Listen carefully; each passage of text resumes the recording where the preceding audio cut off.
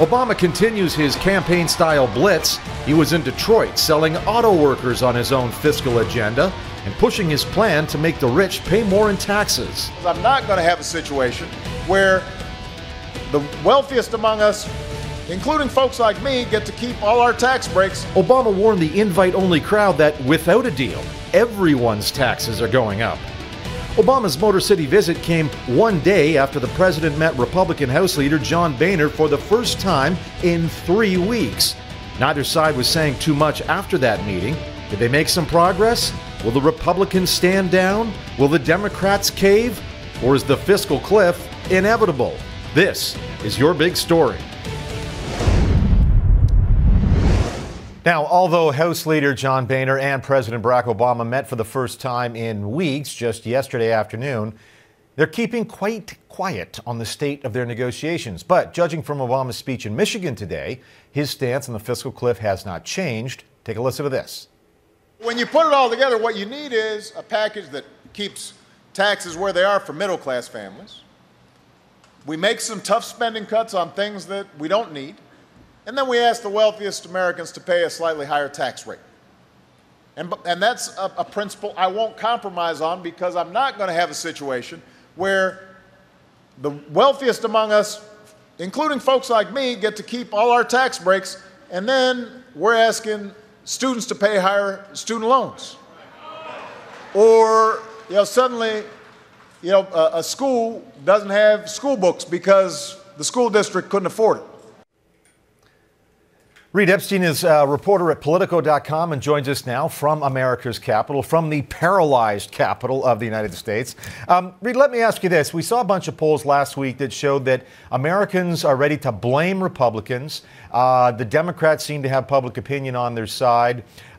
Is that good or bad that America has come down so heavily, I guess, in favor of one side or the other in this? Is that going to help negotiations get done?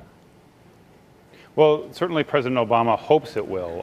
He is really going on a publicity tour to try to boost public support for his side of this. He was in Michigan today. He sent Joe Biden out to a diner last week to try to create this impression that the White House is building support for its side and trying to get people to call their Republican congressmen and senators to tell them that they agree with the president. Do you get the sense Republicans understand they're losing on the politics of this issue? Well, I don't necessarily think that they are losing sort of as a whole. What you have here is the president and a Republican Congress who were elected with diametrically opposed mandates. These Republicans, a lot of them come from districts that are heavily Republican, and they have more to fear from a primary challenge from their right than they do from a Democrat challenging them from the left or the middle. And so there's not a whole lot of political motivation for them to come to the president's side of this. Okay, so in your sense then, the idea that Americans may blame Republicans if, in fact, the United States goes off the fiscal cliff, just to parse it back, is not so much of an issue for these Republicans than it is from literally their own party. Well, if you look at these individual Republicans, they aren't necessarily going to be voted out of office by losing to a Democrat more than they would be voted out of office by losing to a more conservative Republican. And so from their perspective, it makes more sense to hold tight and to stick to their guns on the tax rates than it does to be seen as working with the president. It's been three weeks since Boehner and Obama have met. And I'm wondering as well, as someone reporting on the ground, do you sense any movement at all in terms of likelihood of getting a deal done before the deadline?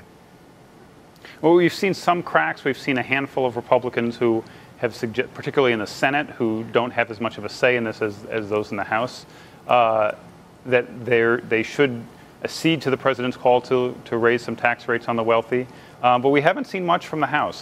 Certainly John Boehner, the Speaker, reiterated on Friday his opposition to tax rates, and until he moves off of that point, there's not much negotiating to be done. And we are at the point. It is 3 weeks until the deadline, 21 days.